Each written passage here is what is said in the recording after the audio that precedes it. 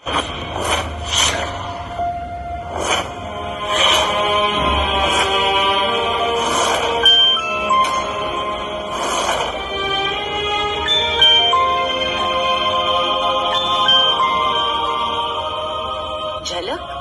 गुरु माता,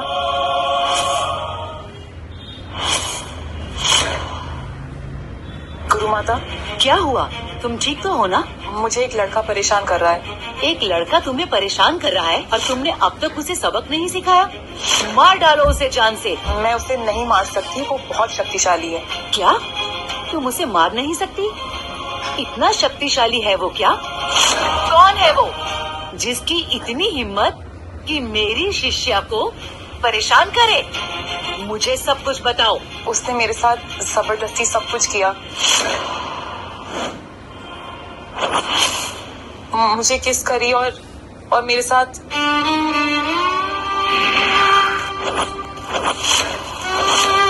लगता है कि उसकी मौत आई है।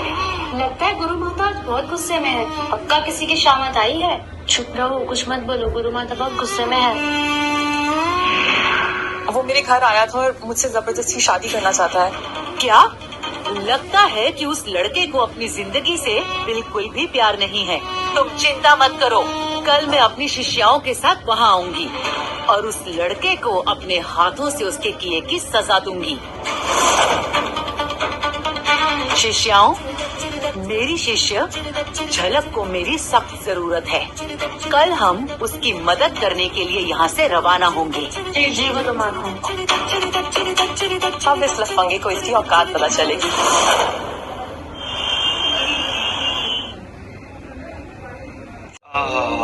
मुंबई में जो थकान हुई थी आज लौट रही है। तो तू यहाँ चुप के बैठा है?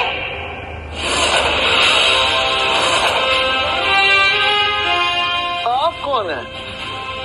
देखिए, ये मेरा घर है और आप बिना मेरी परमिशन के ऐसे अंदर नहीं आ सकते। तुमने इस बदतमीज और आवारा लड़के को अपने घर में छुपा के रखा है। ये मर्द जाति पर एक काला धब्बा है। इसने मेरी शिष्य के साथ जबरदस्ती गलत काम किया है।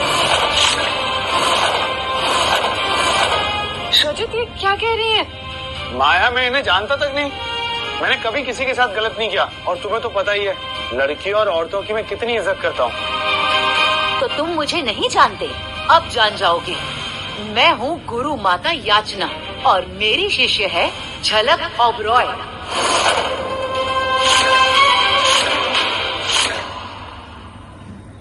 अब बताओ तुम्हारे साथ क्या सुलूक किया जाए? मेरे सामने घुटने टेको और अपनी मौत के लिए तैयार हो जाओ। अब समझा कि आपकी शिष्या आप जैसी खड़ूस और अकड़ू क्यों है? क्योंकि उसकी गुरु तो आप है। गुरु माँ का अपमान करता है। गुरु माँ, आप कहें तो इसे अभी मौत की घाट उतार दो। रुक जाओ। मेरे होते हुए तुम रजत को हाथ भी नहीं लगा सकती। मैं तुम सबको जान से मार दूंगी। इस बदतमीज लड़की को जरा सबक सिखा के आओ।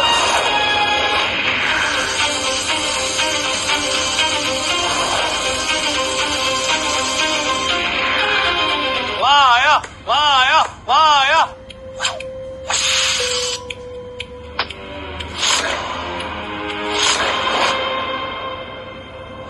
माया, उसके शरीर के दाहिने और चोट लगी हुई है, वहाँ हमला करो।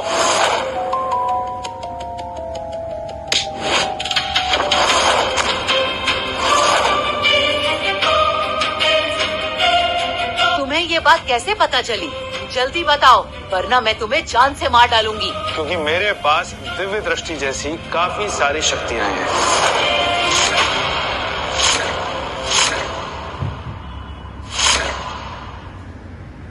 तू झूठ बोल रहा है। तू जैसे पापी और आवारा लड़के के पास तपस्या करके कोई भी चमत्कारी शक्तियाँ नहीं आ सकती। जरूर तूने मेरे आश्रम में आकर मेरी शिष्यों पर अपनी गंदी नजर डाली होगी। मैं आपको जानता नहीं और आपका आश्रम कहाँ है ये तक मुझे नहीं पता। ये सारी शक्तियाँ मुझे मेरी तपस्या और काबिलियत से मिली हैं। एक 25 साल का बिगड़ा और पापी लड़का तपस्या करके ऐसी असीम शक्तियाँ पा सकता है? मैं ये बात मानूंगी।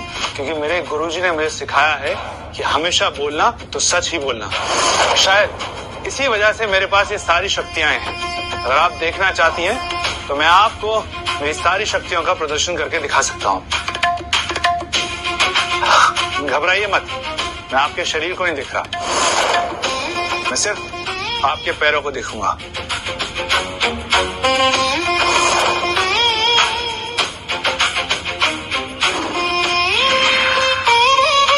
आपके दाहिने पैर के पीछे की तरफ एक तीर कमान का चिन्ह है।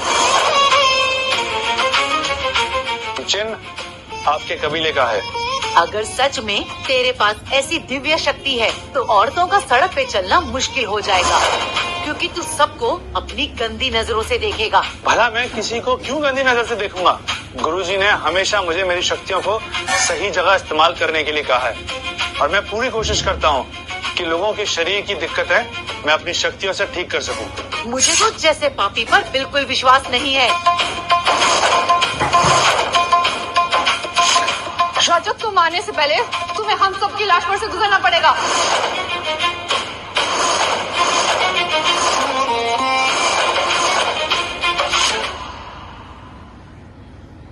अगर ये सब इस लड़के के साथ मरना चाहते हैं तो हम इनकी इच्छा पूरी करेंगे। गुरु माता, झलक, क्या हुआ तुम्हें? गुरु माता मुझे बचा लीजिए, मेरे सीने में बहुत दर्द हो रहा है।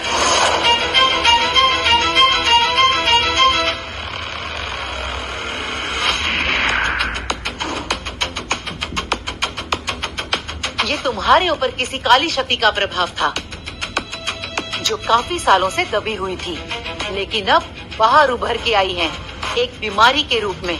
गुरु माँ, कुछ कीजिए, बचा लीजिए मेरी बेटी को। मैंने तपस्या के साथ साथ आयुर्वेदिक विज्ञान का भी ज्ञान प्राप्त किया है। मैं तुम्हें एक जड़ी बूटी देती हूँ जिससे तुम्हें तुरंत आराम मिलेगा, और साथ में धीरे धीरे तुम्हारी बीमारी भी ठीक हो जाएगी। इस बीमारी का इलाज मेरे सिवा और कोई नहीं कर सकता। तुम चुप करो, तुम्हें सिर्फ मुझे अपनी बातों में फंसाना आता है। इस जड़ी बूटी को खाने से तुम्हारा दर्द ठीक नहीं होगा, बल्कि तुम्हारी मौत भी हो सकती है। मैं ये जड़ी बूटी खाऊंगी।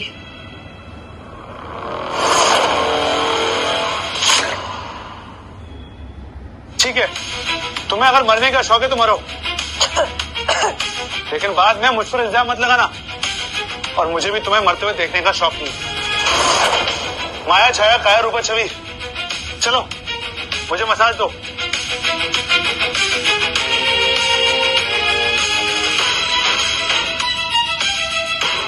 झलक को कुछ नहीं होगा, पर तुझ जैसे पापी को जो सारी औरतों को खिलौना समझता है, उसका मैं आज अंत कर दूंगी। क्या पापी पापी मिला रहा है?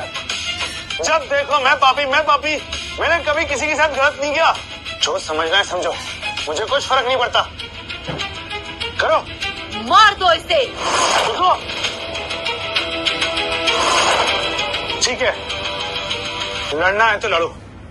अगर तुम लोगों से लड़ने के बाद मेरी शक्तियां बर्बाद हो गई तो झलक को ठीक करने के लिए मत कहना, और तुम सब अपनी आंखों के सामने अपनी शिष्या को तड़प तड़प के मरते देखोगे। मैंने इसे जो जड़ी बूटी दी है उससे वो ठीक हो जाएगी। आपको इसकी असली बीमारी के बारे में पता तो है नहीं। आपकी जड़ी बूटी को असर दिखाना होता तो दिखा चुकी होती। ये देखिए, इसका दर्द बढ़ रहा है।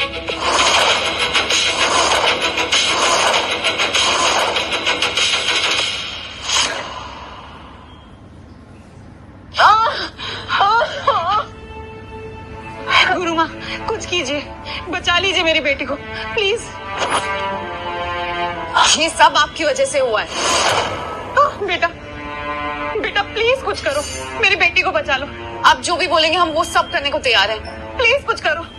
आप शांत हो जाइए, मैं कुछ करता हूँ।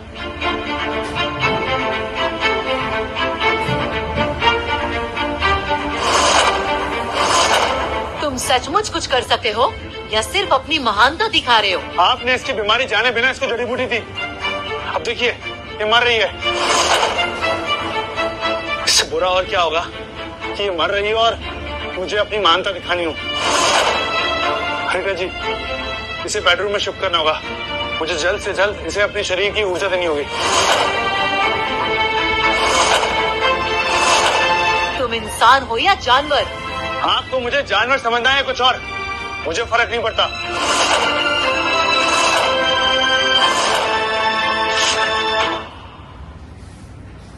और हाँ, झलक और मैं एक दूसरे के लिए बने हैं। जिस दिन हमने पहली बार प्यार किया था उस दिन मैं बहुत शक्तिशाली बन गया था, लेकिन जब से झलक ने उस ताबीज को उतारा है, उसका अपमान किया है, तब से उसकी सालों पुरानी बीमारी उभर के आ चुकी है।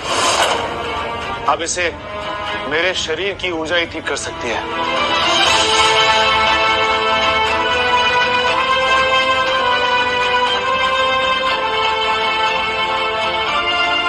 तुम अपनी बेटी को इस लड़के के हवाले कैसे कर सकती हो? गुरु माता, इन दोनों के बीच में पहले भी शारीरिक रिश्ता बन चुका है। भगवान ने बचपन से इन दोनों की जोड़ी बनाई है। मैं बस ये चाहती हूँ कि मेरी बेटी जिंदा रहे। अब कैसे भी करके मेरी बेटी को बचा लीजिए प्लीज। लेकिन मैं झलक को इस पापी के हवाले नहीं कर सकती हूँ। झलक की जिंदगी का सवाल है, आप बीच में मत आओ।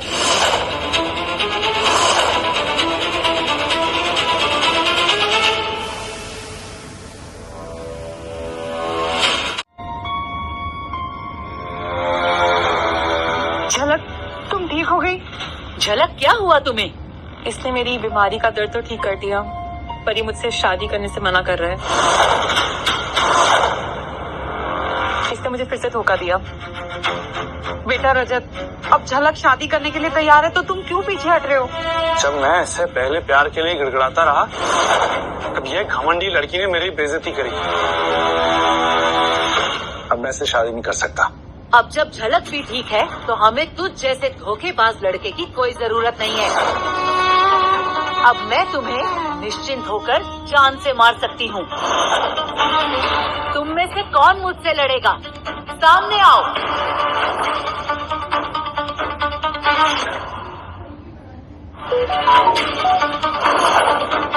तो तुम हो, पहला वार करो।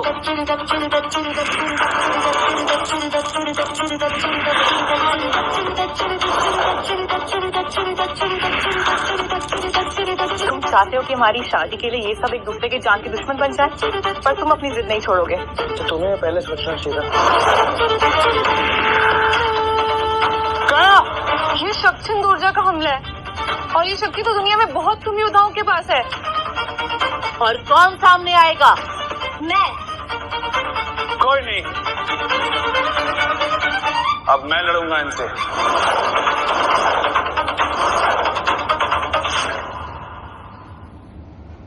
मरने की इतनी जल्दी है कि खुद ही सामने आ गए।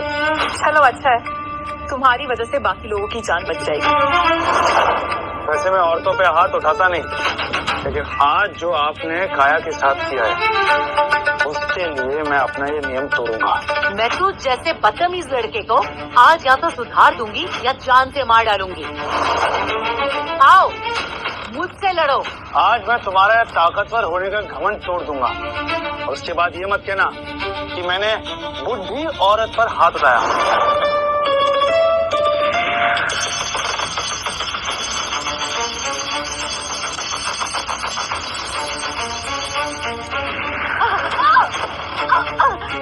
मैं तैयार नहीं थी।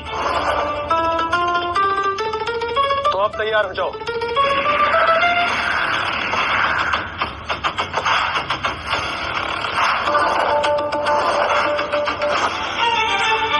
मैंने कहा था ना, मेरी शक्तियों का अंदाजा नहीं है तुम्हें।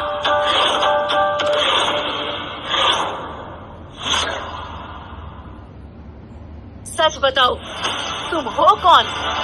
इतनी कम उम्र में इतनी महान शक्तियां कोई नहीं पा सका।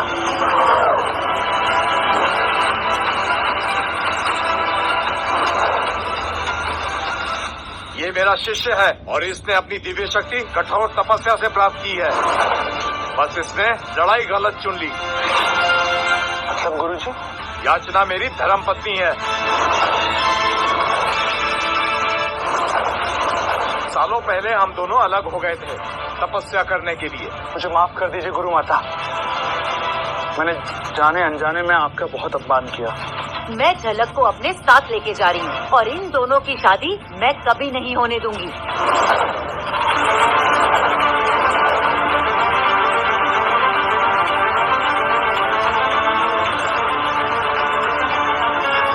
आपसे कहा था कि रजत और झलक का मिलन अगर गलत समय पर हुआ तो रजत बहुत बड़ी मुश्किल में आ जाएगा। ये दोनों कभी एक नहीं हो पाएंगे। ये दोनों आसमान और जमीन की तरह बिल्कुल अलग हैं, जो कभी एक नहीं हो सकते। ठीक है गुरुजी, अब मुझे भी लगता है कि मुझे शादी नहीं करनी चाहिए। अब मैं भी आप लोगों की तरह आश्रम में रहूंगा और आपकी तरह अपनी शक्तियों को बढ़ाऊंगा। हम लोग भी